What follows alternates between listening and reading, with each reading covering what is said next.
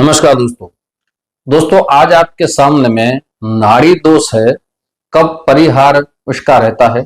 साथ ही आजकल एक फैशन हो गई है कि ज्योतिष आचार्य के पास नाड़ी दोष का यह जन्म कुंडली मिलान नहीं करते, लेकिन बहुत से कंप्यूटर में ऐसे सॉफ्टवेयर है उसमें से कुंडली मिलान करते हैं। तो कौन सी बड़ी गलती करते हैं?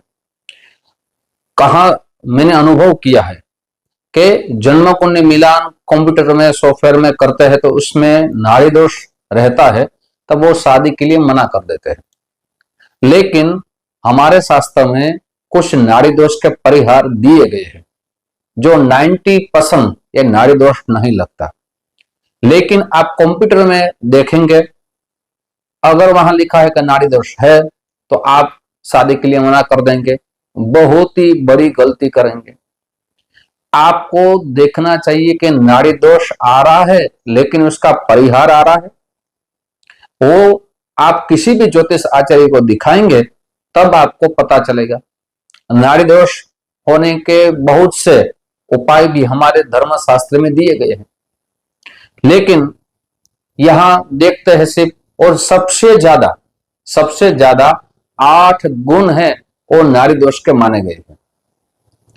अगर आपकी कुंडली में दोस्तों आपकी जन्म कुंडली मिलान कर रहे हैं, उसमें अगर 18 ही गुण मिल रहे हैं और 8 गुण है नाड़ी दोष के नहीं मिल रहे हैं, तो आपके गुण मिलान में भी आप देखेंगे कुंडली नहीं मिल रही है।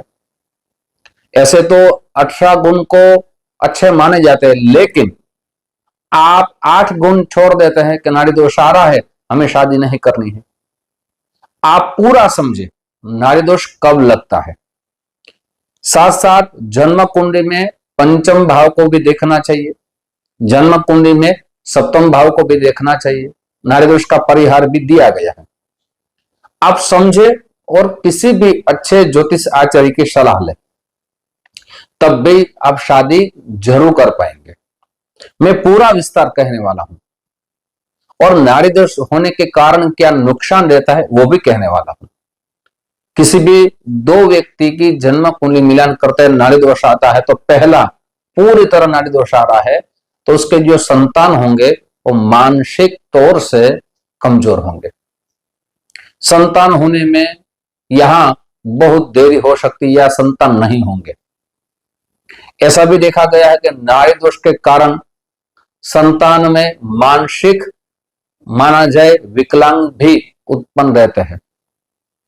साथ ही नाड़ी दोष के कारण दोनों के बीच जो रिश्ते अच्छे होने चाहिए वो रिश्ते मिलते नहीं हैं। तो नाड़ी दोष के बहुत ही यहां परिणाम अच्छे नहीं है, अशुभ परिणाम है। लेकिन नाड़ी दोष को पूरा समझना चाहिए कि नाड़ी दोष कब लगता है। सबसे पहले 3 नाड़ी हमारे धर्म शास्त्र में दी गई है, आद्य नाड़ी, मध्य नाड़ी और अंत्य नाड़ी। तो आद्य नाड़ी में कितने नक्षत्र आते हैं, मध्य नाड़ी में कितने नक्षत्र आते हैं, अंत्य नाड़ी में कितने नक्षत्र आते हैं, मैं पूरा विस्तार कहूंगा। आप अपनी जन्म कुंडली देखें और परिहार भी कहूंगा। सबसे पहले आद्य नाड़ी की हम बात करें तो उसमें 9 नक्षत्र आते हैं। ज्येष्ठा नक्षत्र है, मूल नक्षत्र है, आद्रा नक्षत्र है, पुनर्वसु नक्षत्र है, उत्तर भाल्गुनी नक्षत्र है, हस्त नक्षत्र है, शतभिषा नक्षत्र है, पूर्व भाद्रपद नक्षत्र है और अश्विनी नक्षत्र है।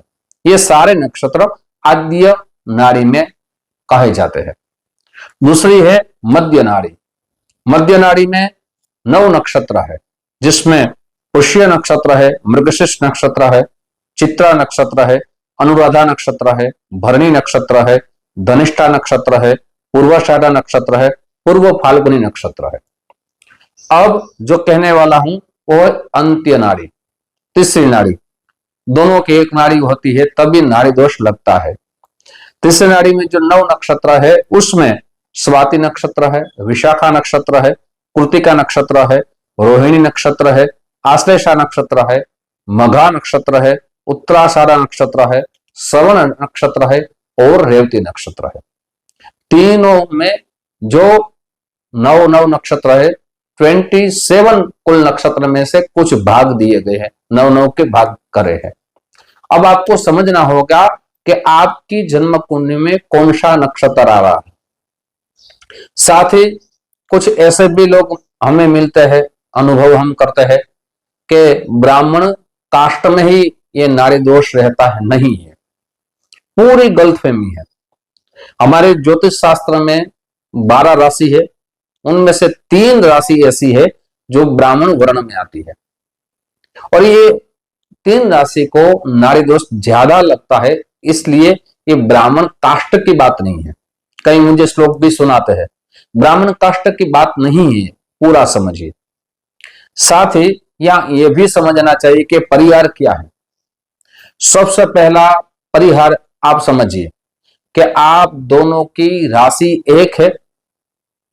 अगर आप दोनों की राशि एक है लेकिन नक्षत्र अलग अलग है और नाड़ी दोष लग रहा है, तो आपको नाड़ी दोष नहीं लगेगा, पूरा समझ लीजिए। दूसरा परिहार यह है कि आपके नक्षत्र एक है। मैंने आपके सामने नक्षत्र की सारी बातें रखी।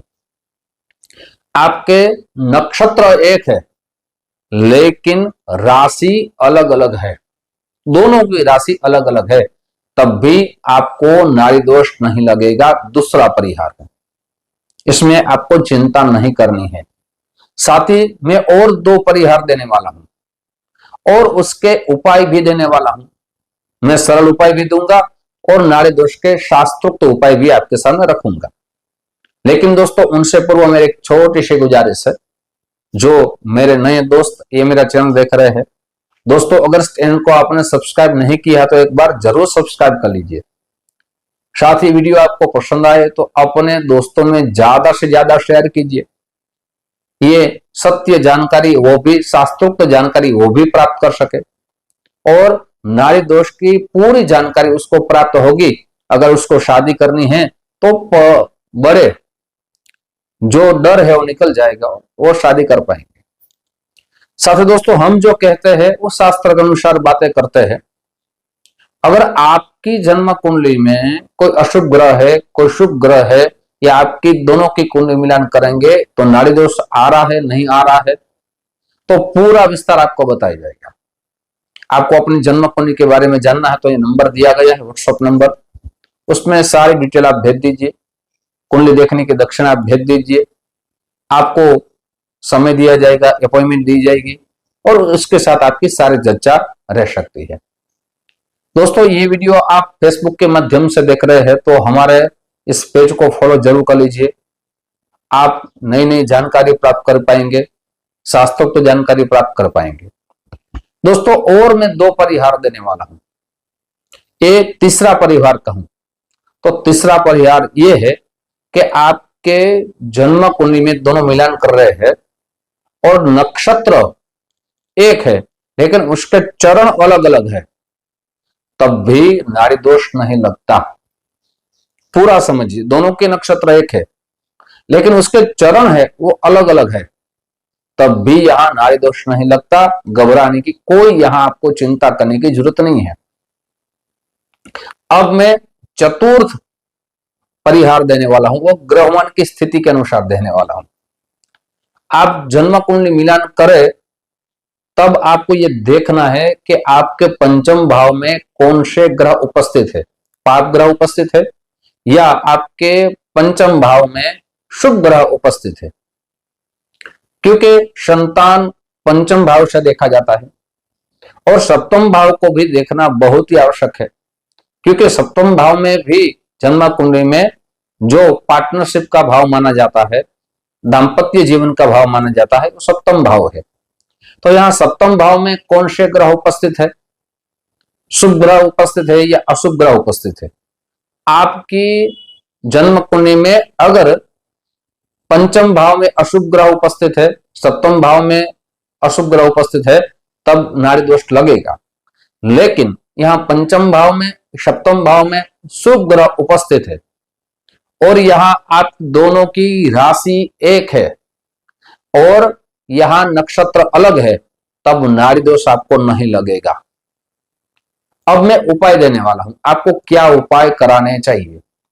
अगर आपको पूरी तरह नाड़ी दोष लग रहा है तो क्या उपाय कराने चाहिए। सबसे पहला उपाय यह है कि आपको महामृत्युंजय अनुष्ठान कराना चाहिए।